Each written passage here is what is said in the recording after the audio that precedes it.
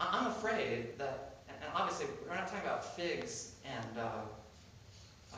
grapes here. He wasn't talking about something tangible, something they could see and hold and touch. He was talking about fruits of the Spirit here. Okay? And he knew his disciples, who were not living in the Spirit, would not be able to adequately identify when they saw a fruit of the Spirit. Okay? And so he was telling them, if you want to judge adequately the works of the false prophets or the prophets that you're listening to, you need to understand and know the fruits in your own life. You need to be living in the Spirit to do it.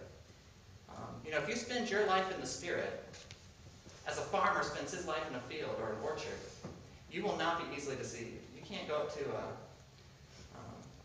you can't show a blighted, warped, worm-ridden piece of an apple to an apple farmer, and him be deceived that that's a good piece of fruit. He's not going to be, because an apple farmer who spends his life in the orchard, he knows what good apples are. Well, in the same way, I'm telling you, if you're spending your life in the Spirit, praying in the Spirit, studying, meditating on the Word in the Spirit, praying and fellowshipping with the Lord in the Spirit, you will not be easily deceived when somebody comes claiming to be preaching in the Spirit when they're really not. You will gain by that life in the Spirit a certain discernment which will guard you against these things, because you'll be able to judge accurately what is the fruit of, what is spiritual fruit and what is not. So before you judge, and this is, I guess, my application here, before you go judging some message or messenger, you best judge yourself first, okay?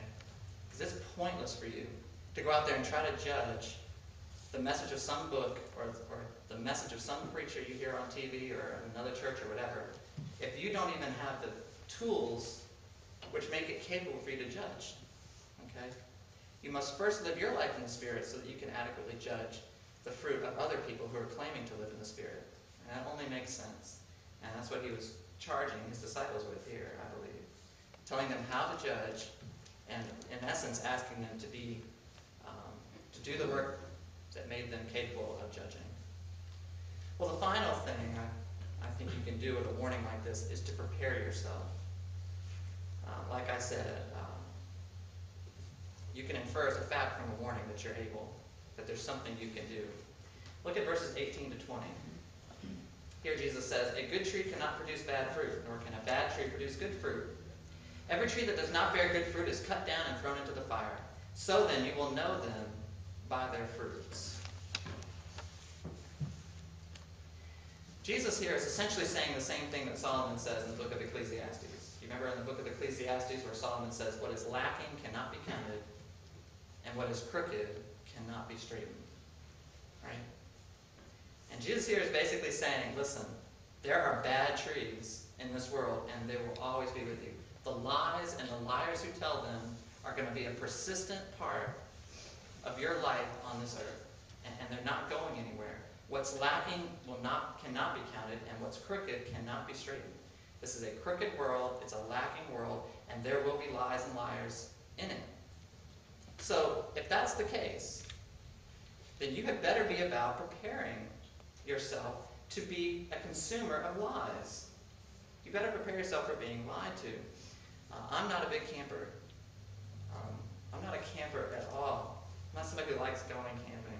I've gone camping many times. I think with one exception, I was forced in every instance. But when you go camping, some of you are campers, what do you do when you go camping? You take a lot of things that you don't end up needing, right? But preparing to go camping is all about having the proper provisions, right? You make sure you have a tent for shelter. You make sure you have matches for fire. You take a compass for direction and a radio for emergency. And you take a first aid kit for accidents.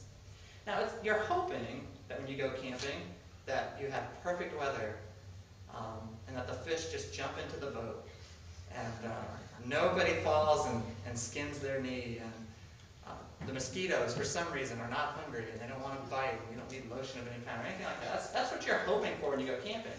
But you and I both know that when you go camping, invariably, you're going to have inclement weather, at least at some point.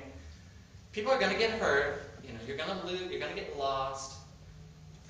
You're going to need these provisions for you when you go. Well, I'm hoping that in your entire career as a Christian, you never get lied to one time. I hope that. I hope you never buy a book or be given a book that contains some avowal which is false. I hope you never do that. I hope you go through your entire life as a Christian receiving only truth from those representing God. But I doubt it greatly. I doubt it sincerely. Okay? Therefore, because of that, just like you wouldn't go camping with nothing but the shirt on your back, you cannot continue to come to church, listen to Christian radio, buy Christian books, and not be prepared to be lied to. Okay? You must have that spiritual, doctrinal, theological, rational, physical, fitness of mind and heart that makes you able to hear something and judge it accurately. Okay? Your defense against false prophets, your defense against being led away by some blind person, is to not be blind yourself. Okay? You will never be in a ditch if you yourself have eyes to see. Okay? The only way you're going to end up in a ditch is if you're following somebody blindly and they indeed themselves may be blind. Okay? Gain sight for yourself. And how do we prevent being led away?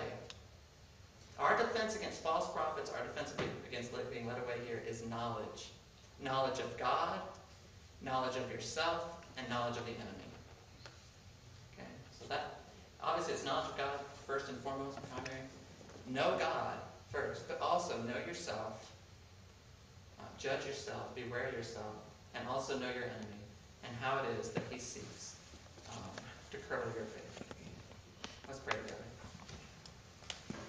Heavenly Father,